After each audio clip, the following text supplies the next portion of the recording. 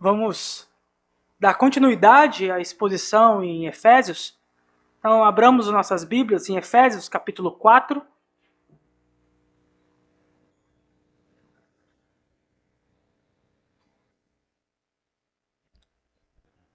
Efésios, capítulo 4, dos versos 17 ao 32.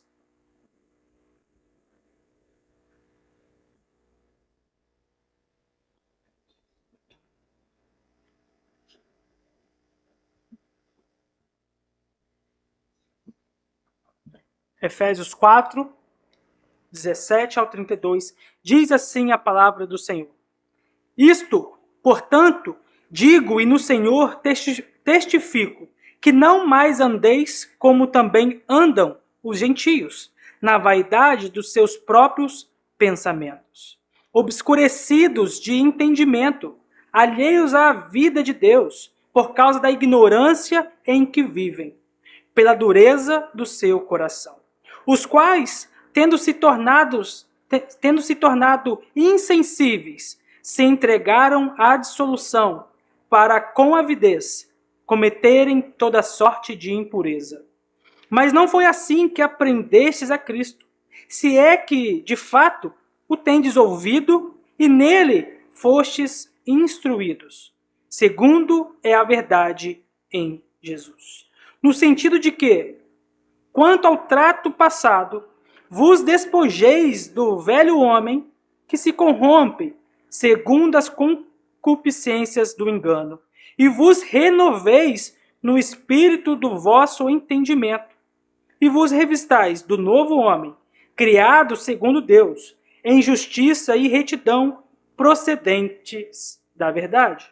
Por isso, deixando a mentira, fale cada um a verdade com o seu próximo, porque somos membros uns dos outros. Irai-vos e não pequeis.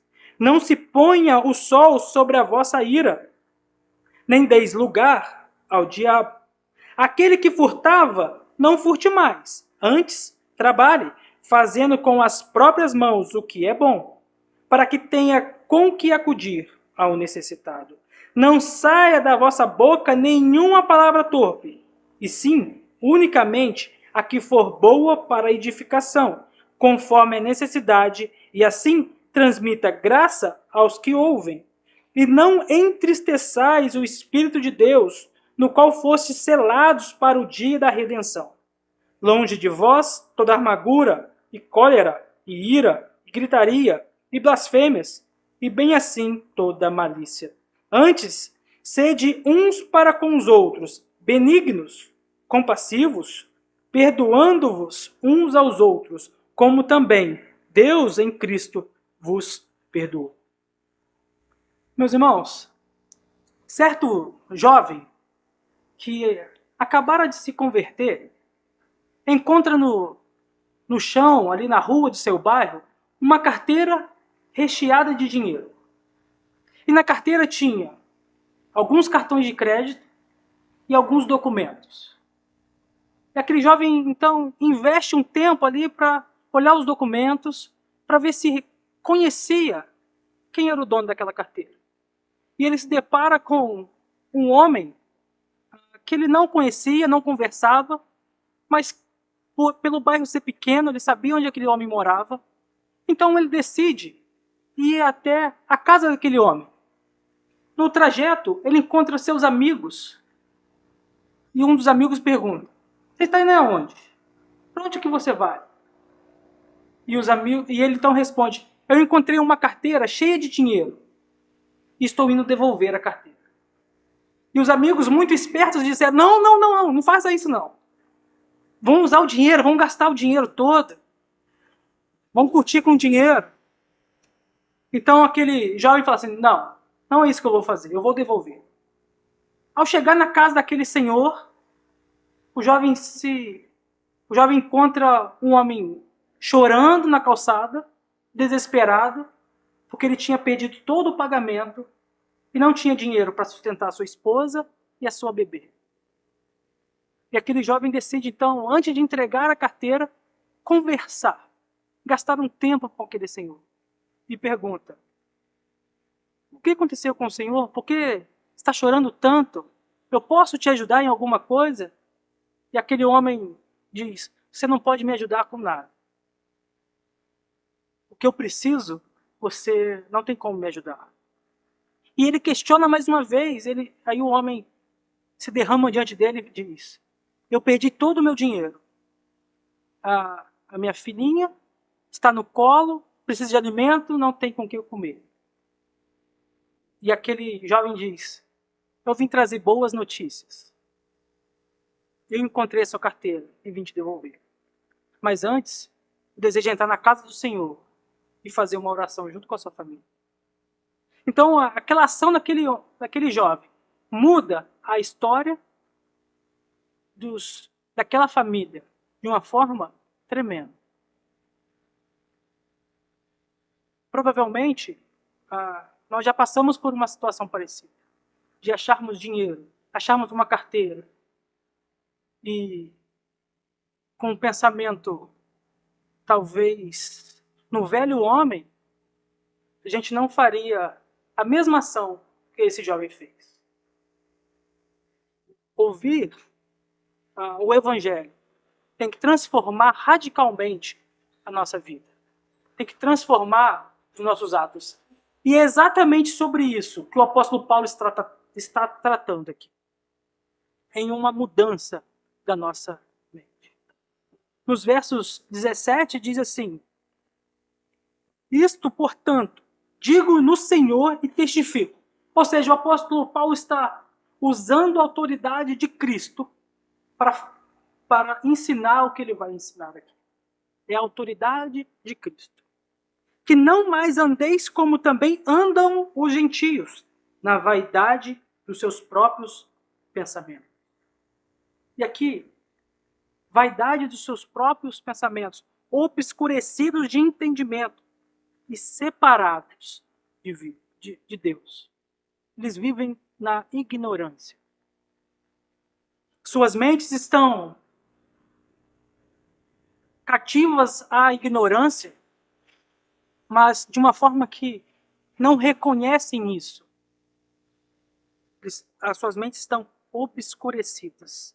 E eles vivem em vaidade dos seus pensamentos. Conhecer a Deus é o ápice de todo conhecimento. Se nós não conhecemos verdadeiramente a Deus, todo o conhecimento que nós temos se torna uma vaidade. Porque o mais precioso bem que nós temos é conhecer ao nosso Deus. E é necessário um arrependimento para que nós possamos conhecer a Deus. Um arrependimento, uma mudança de mente. Portanto, digo e no Senhor testifico que não mais andeis como também andam os gentios. Os cristãos pensam de forma diferente das pessoas não salvas. Nós pensamos de uma forma muito mais profunda sobre os problemas da vida, sobre os problemas que nós passamos, porque o nosso conhecimento é superior aos outros. Eles são alheios à vida de Deus, estão separados de Deus. Conhecer a Deus é o primordial de nossas vidas. Se nós cremos em Deus, cremos na verdade de Deus, nós recebemos uma vida de Deus. Ele vos deu vida, estando nós mortos em nossos delitos e pecados. Cristo é o próprio conhecimento, ele é todo o conhecimento. Conhecermos a Cristo nos dá uma outra, ou melhor, uma vida. E continuando, vai dizer, pela dureza do seu coração, ou seja, eles não entendem, não têm um entendimento limpo das coisas por causa da dureza que há no seu coração. Então, e a palavra que é usada para dureza é uma palavra que é usada para mais duro do que o mármore, uma pedra muito dura. E muitas vezes na Bíblia é usada como algo que se solidifica, que se petrifica. Ou seja, o coração foi endurecido de tal forma que estão ignorantes quanto à verdade de Deus. Muitas vezes, quando nós nos deparamos com as pessoas que se dizem ateus, você nota que há um ar de superioridade na fala. Se acham superiores a nós que cremos em Jesus Cristo. Se dizem superiores ao bem e ao mal. Estão livres disso. Mas, na verdade, se tornaram loucos. Não entendem o verdadeiro ensinamento, a verdadeira palavra. Não entendem o que de fato é primordial. E o pecado, meus irmãos, tem um efeito avassalador na nossa vida. A primeira vez que você peca, você sente uma dor, uma angústia, um temor, um horror quanto ao pecado. E então, você deixa aquele sentimento passar, não pede perdão e comete o mesmo pecado novamente. A segunda vez, essa dor ainda parece muito aguda. Mas na terceira, na quarta, na quinta vez, não há mais dor. Você já não tem mais a sensibilidade de sentir a dor por causa do pecado. Lá para a 10ª vez, você não sente nem vergonha mais. O pecado vai petrificando o nosso coração. O pecado vai petrificando a nossa sensibilidade. Vai ficando como pedra. E nós pecamos e paramos de nos arrepender. Porque nossa sensibilidade está danificada, está petrificada. E se você já percebeu isso em sua vida, se isso já tem te assolado, acorde. Esse é o tempo. Acorde porque o inimigo vai usar isso de forma contínua na sua vida, para que cada vez mais o seu coração seja petrificado e você não mais se arrependa dos seus pecados. E aí gera a apostasia. Meus irmãos, cuidado. Se vocês têm passado por isso, cuidado. Arrependa-se. Peça perdão. Volte-se a Deus e peça que Ele renove a sua sensibilidade quanto ao erro, quanto ao pecado, para que o Espírito Santo te confronte novamente. Porque pecar e sentir essa dor é essencial para que nós nos desviemos do mal. Para que nós andemos sentindo a santidade do Senhor. Porque se não há esse confronto, nosso coração fica frio, fica gelado. Talvez você chegue aqui, sente na igreja, fala assim, mas nada acontece de diferente. Eu não escuto mais a palavra de Deus, eu não escuto mais a voz de Deus. Você está frio, está petrificado, por causa da ação do pecado. Continuando. Os quais, tendo se tornado insensíveis, se entregaram à dissolução. Ou seja, veja que há um argumento vai crescendo e vai ficando mais profundo. Primeiro você foi petrificado. A sua sensibilidade foi retirada. Você já não sente mais a dor do pecado. E agora se entrega à dissolução.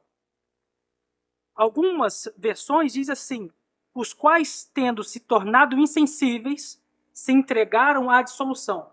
Uma outra versão diz assim, tendo se tornado insensíveis, eles se entregaram à libertinagem. Essa tradução pode ser devassidão, libertinagem, lascívia. E a palavra em grego, eu não gosto de trazer muito nos originais, porque fica um pouco complicado, mas é aselgeia, que é a disponibilidade para qualquer prazer. E hoje veio a calhar um tempo de carnaval. Nós, ao sairmos na rua, veremos isso nitidamente. Porque ter essa dissolução, essa libertinagem que Paulo está dizendo, você não tem mais limites para o pecado. Normalmente, nós escondemos as nossas falhas, escondemos os nossos pecados das outras pessoas. Mas chegou a um ponto de que esconder já não se faz mais necessário. Você já não tem mais essa sensibilidade de esconder o que é ruim. Então, você faz à vista de todos. Não importa se o pecado vai chocar a sua família, os seus pais, a sociedade que está ao seu redor. Você quer mais é ser feliz. O aqui e agora. Estão tão petrificados que a disposição para os prazeres é maior do que tudo. É uma disposição que não aceita qualquer disciplina. Ou seja, meus irmãos, cuidado. O que começa com um pecado pode petrificar o seu coração e depois te levar à libertinagem. É uma escada íngreme, ladeira abaixo, que cada vez mais nos distancia de Deus. Cuide para que seu coração não seja petrificado. Cuide para que a sua sensibilidade continue funcionando normalmente, para que nós possamos sentir a dor do pecado quando nós cometemos. Porque perder a sensibilidade é muito complicado. E para finalizar, com avidez cometeram toda sorte de impureza. Para finalizar o ponto, tá, meus irmãos? E a avidez, veja que como vai ficando profundo. Cometerem toda sorte. Você tem vontade de realizar. Mesmo que aquilo pertença a outra pessoa. Mesmo que aquilo pertença a algo que não está acessível a você. Então, você vai fazer de tudo para cometer aqueles atos de libertinagem. Você vai viver por impulso. Vai fazer o que precisar para satisfazer os seus caprichos. E aí, fica cada vez pior. Satisfazer a vontade desta forma te leva sempre ladeira abaixo nos prazeres mundanos. Porque hoje é uma bebida, amanhã é um cigarro, e depois são drogas e drogas e drogas e drogas. Quando você percebe, já está na Cracolândia, totalmente escravo. Então, algo que começa pequeno se torna um grande problema lá na frente. Cuidado com esse movimento. É mais fácil refrear o mal agora. Que lá na frente pode ser muito mais doloroso. E talvez não tenhamos tempo para fazer isso. Cuide do seu coração. No próximo ponto, Jesus é a própria verdade. Aprendestes a Cristo. Aprendeste a Cristo seria uma tradução melhor, aprender com Cristo. Nosso Cristo vive, nosso Cristo reina, e Ele diretamente nos ensina. Quando nós aprendemos da palavra de Deus, é Cristo que está nos ensinando diretamente. Nós aprendemos de Cristo, com Cristo e sobre Cristo. Tudo ao mesmo tempo. E muitas pessoas podem aprender de Cristo, aprender sobre Cristo, mas não ter relacionamento com Cristo. Então, saber de aspectos sobre Cristo não faz nenhum de nós sermos salvos. Mas o que faz nós sermos salvos é o relacionamento com Deus. É o relacionamento com Cristo. Nós aprendemos de Cristo, com Cristo e sobre Cristo para nos relacionarmos com Ele cada vez mais intimamente. Ele é a própria. Ele é o mestre e o ambiente de ensino. Vos renoveis no espírito do vosso entendimento e vos revistais do novo homem, criado segundo Deus, em justiça e retidão, procedentes da verdade. Assim como aquele jovem que acabara de receber o evangelho, transformou a sua mente, fazendo o que era certo, nós também devemos ter uma mudança de mente, uma renovação da nossa mente, que é procedente da justiça e da verdade. Procedente de Cristo. Nossa mente deve ser renovada. E eu lembro quando eu era criança, alguém sempre dizia assim, se achava alguma coisa no chão da rua, achado não é roubado, quem perdeu foi relaxado. E isso fica na nossa mente constantemente. Mas será que isso é uma verdade bíblica? Será que isso está certo? Então veja, se tem ali na rua uma bicicleta no chão, eu posso lá pegar e levar para mim? Está jogado. Eu posso lá pegar um carro que está caixado na ignição? Uma moto? Não, não posso. Então, quando nós reconhecemos verdadeiramente que Cristo nos perdoou e a nossa mente foi mudada, foi transformada, o nosso estilo de vida foi transformado, esses argumentos mundanos não podem mais fazer sentido para nós. Se eu achei uma carteira no chão, eu devo devolvê-la. Não é meu. Se não é meu, tem um dono. E se tem um dono, alguém perdeu. Eu devo devolver. Muitas vezes a gente vê pegadinhas aí, a pessoa coloca um choque no celular, deixa o celular cair, alguém vê, pega, coloca no bolso, toma um choque, dá uma pegadinha engraçada. Mas é exatamente aquilo mesmo. Não é meu. Tem que procurar o dono. Eu tenho que procurar quem de direito é o dono daquele objeto. Não consigo encontrar. Não tem como encontrar. Vamos buscar. Vamos dar um jeito. Nós não podemos ficar com as coisas que não são nossas. Nós ensinamos isso aos nossos filhos. Mas muitas vezes não as praticamos. Agora, o último ponto entre os versos 25 e 32. Até o verso 24, o apóstolo Paulo está dando os princípios da nossa mudança. O que nós não podemos fazer. O que, de fato, tem que ser mudado na nossa vida. E dos versos 25 para frente, ele vai fazer algumas aplicações em nossa vida. Algumas aplicações que são bem pesadas. Por isso, deixando a mentira, fale cada um a verdade com o seu próximo, porque somos membros uns dos outros. A mentira é uma ação contrária à palavra de Deus. O diabo é o pai da mentira.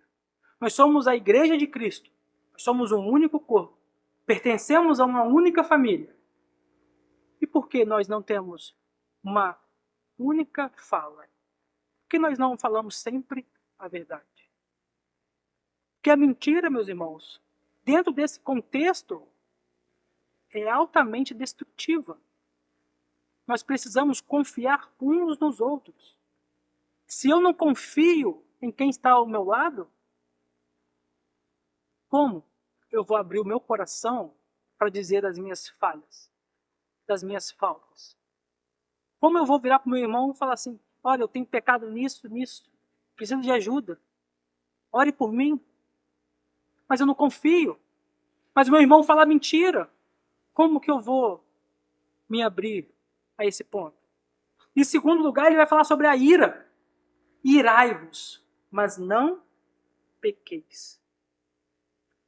E não se ponha a ira, o sol sobre a vossa ira. Ou seja, nós temos duas distinções aqui.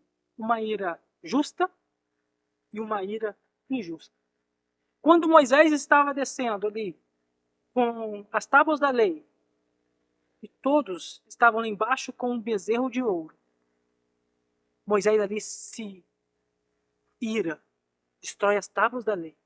Por que ele faz isso? Ele faz isso contra a idolatria. Jesus chega no templo, tem várias comerciantes no templo que não era para fazer. O que ele faz? Ele destrói tudo. Ele se irou também.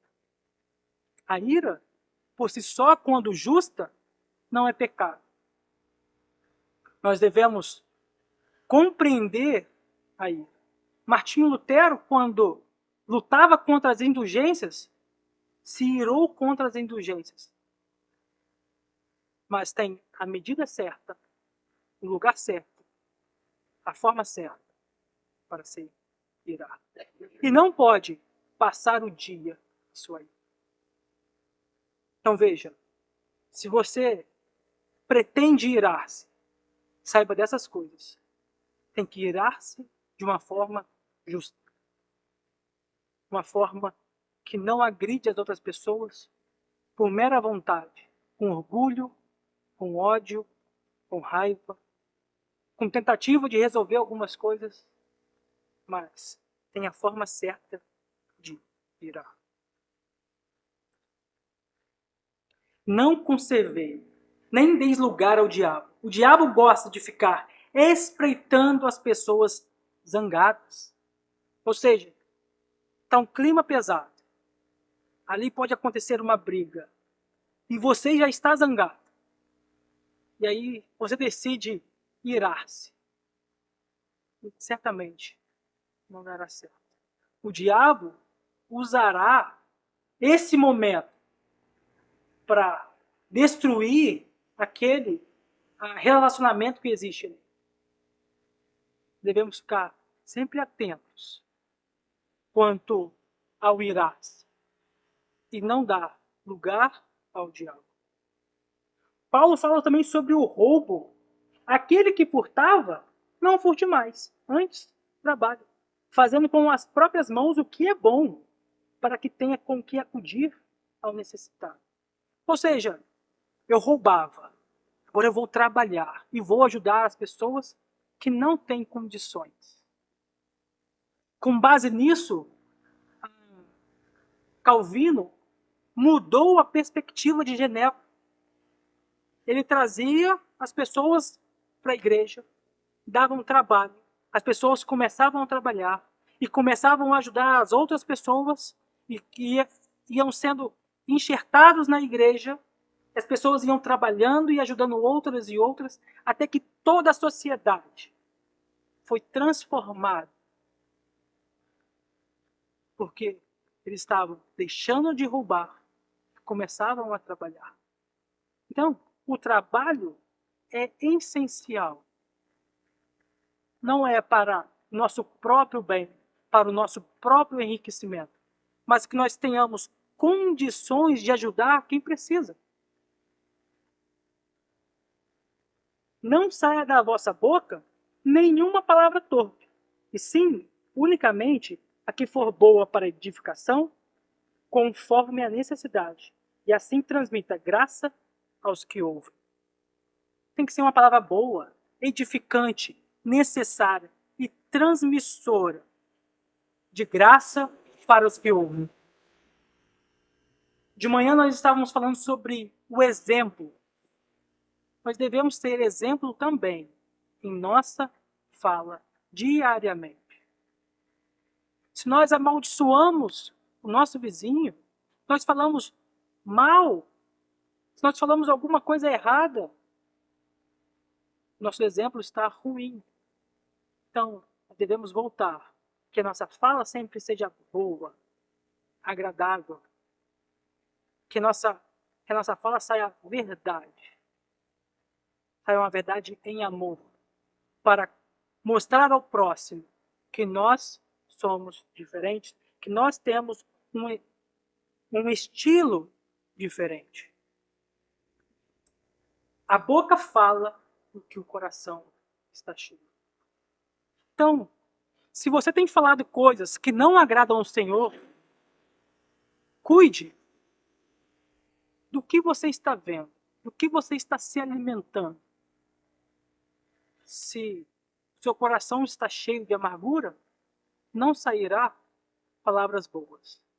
Se o seu coração está cheio de outras coisas a não ser de Deus, não sairá nada de Deus. Então cuide também do que você vê, do que você lê. Nossa irmã Jéssica bem disse na oração: Senhor, às vezes a gente perde tempo na televisão, perde tempo nas redes sociais, edificando a nossa vida com coisas erradas. Nós devemos edificar com as coisas de Deus, com o que verdadeiramente importa. E, em último lugar, Paulo vai falar sobre a amargura. Amargura. Longe de vós toda amargura, cólera, ira, gritaria e blasfêmias, e bem assim toda malícia. Antes sede uns para com os outros, benignos, compassivos, perdoando-vos uns aos outros, como também Deus em Cristo vos perdoou. A amargura refere-se a um espírito azedo, que não encontra nada de bom. Toda conversa é azeda. É um espírito ressentido, amargurado, que não aceita as coisas boas, está sempre irritado com o seu redor. Então não deixe que a amargura tome conta do seu coração. A cólera traz uma ideia de fúria apaixonada. Refere-se a uma ira temporária. Cuidado quando irar-se, para que não se torne cólera, para que não se torne uma ira pecaminosa. Então, embora Paulo aconselhe que mostre que há a ira santa, a ira justa e a injusta, eu prefiro tentar não irar, porque meu coração, assim como o de vocês, é enganoso. E pode ser que nós pensamos em irar de uma forma justa, mas a nossa ação é totalmente injusta. Melhor deixar a ira de lado, que nós não sabemos lidar perfeitamente com ela. A gritaria descreve as pessoas que erguem a voz, fazem um furdunço total, não vencem no argumento ou estão erradas, estão sendo confrontadas e partem para a gritaria. Tudo isso está sendo condenado pelo apóstolo Paulo. A blasfêmia, que é falar mal uns dos outros, e normalmente por trás. Veja que são várias coisas, vários pecados que atentam diretamente para a comunhão da igreja. Atentam diretamente para a nossa unidade. Nós somos um único corpo. E a malícia quer dizer má vontade, incluindo tramar o mal, responder o mal com o mal. Então, todos esses pecados têm que ser cada vez mais afastados do povo de Deus. Por que tudo isso? Tudo isso que Paulo está dizendo culmina em algo no último versículo, que vai dizer: perdoando-vos uns aos outros, como também Deus em Cristo vos perdoou. Nós não merecíamos o perdão de Deus. Cristo nos perdoou. Nós devemos perdoar todos aqueles que cometeram tudo isso aqui que foi descrito. Perdoar, sinceramente. E aqueles que cometeram todos esses exemplos, ou um deles, deve voltar-se a Deus e orar para que não cometa mais.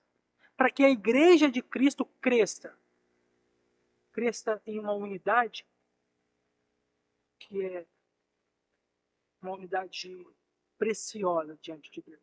Uma unidade coesa. Uma unidade verdadeira. Não apenas vários grupinhos na igreja, mas devemos ser uma unidade. Nós estamos cada vez mais avançando com o Evangelho. E a nossa unidade será cada vez mais atacada. Então, voltemos às Escrituras. Voltemos a um novo estilo de vida. Nós não podemos deixar as coisas que para trás ficaram voltar para o nosso presente e mudar a nossa trajetória de vida. Abandonemos de fato o velho homem, porque o velho homem se corrompe das coisas da carne. Mas nós fomos renovados, nossa mente foi renovada pelo Espírito de Deus. E que Deus nos abençoe.